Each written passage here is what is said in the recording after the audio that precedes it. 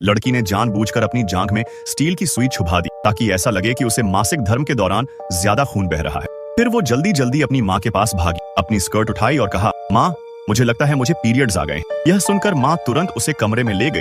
लड़की ने रोते हुए कहा, माँ वो किसान जिसने हमें यहाँ आने का न्योता दिया था वो दरअसल एक बड़ा ही डरावना हत्यारा है। माँ ये सुनकर हैरान रह गई। उसने पूछा, तुम ये क्यों कह रही हो? लड़की ने बताया, अभी थोड़ी देर पहले किसान के गूंगे बेटे जैक ने मुझे गोदाम में बुलाया। उसने वहाँ एक मोटा एल्बम निकाला जिसमें किसान और कई जोड़ों की तस्वीरें थी। लड़की ने आगे कहा, जब मैं एल्बम देख रही थी जैक ने अपनी एक पुरानी तस्वीर की ओर इशारा किया और फिर एक और जोड़े की तस्वीर की तरफ मैं कुछ समझ ही नहीं पाई तो उसने अपने मुंह से इशारा करते हुए कैंची का इशारा किया। जब मैंने ध्यान से देखा तो समझ आया कि जैक की पुरानी तस्वीर में उसकी जीभ थी, लेकिन अब नहीं। मुझे समझ में आया कि जैक के असली माता पिता किसान नहीं, असल में किसान ने उनके माता पिता को मार दिया था।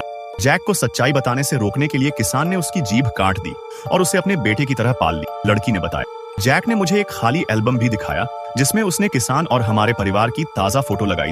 ये देखकर मुझे समझ में आया कि हम इस किसान का अगला निशाना। मैंने जल्दी से अपने फोन से कुछ तस्वीरें खींची और फिर माँ को कमरे में बुलाने के लिए अपनी जांघ पर सुई चुभो। ये सब सुनकर माँ का दिल दहल गया। उसने देखा कि उसका पति अभी भी बाहर आंगन में किसान से बातें कर रहा है। उसने बेटी को समझाया कि किसान को इस बारे में कुछ न बताए। फिर उसने खुद को शांत दिखाते हुए अपने पति को अंदर बुलाया और पूरी बात बताई। माँ ने तुरंत एक चाकू उठा लिया और बहाना बनाया कि बेटी की तबीयत खराब है और उसे अस्पताल ले जाना।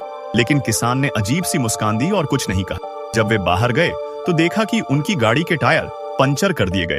पति पत्नी ने ऐसा दिखावा किया जैसे उन्हें कुछ पता नहीं और गाड़ी स्टार्ट करने की कोशिश की। तभी किसान आया और बोला, मैं आपकी मदद कर देता हूँ टायर ठीक करने में।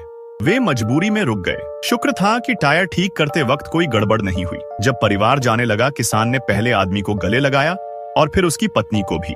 हालांकि एनी की माँ इससे खुश नहीं थी, लेकिन उसने कोई प्रतिक्रिया नहीं दी। जाने से पहले एनी ने जैक के कान में धीरे से कहा, मैं तुम्हें बचाने के लिए वापस आऊंगी। इसके बाद किसान ने खेत का गेट खोल दिया, लेकिन जैसे ही उन्होंने गाड़ी स्टार्ट की उनके सामने एक भयानक नजारा आ गया।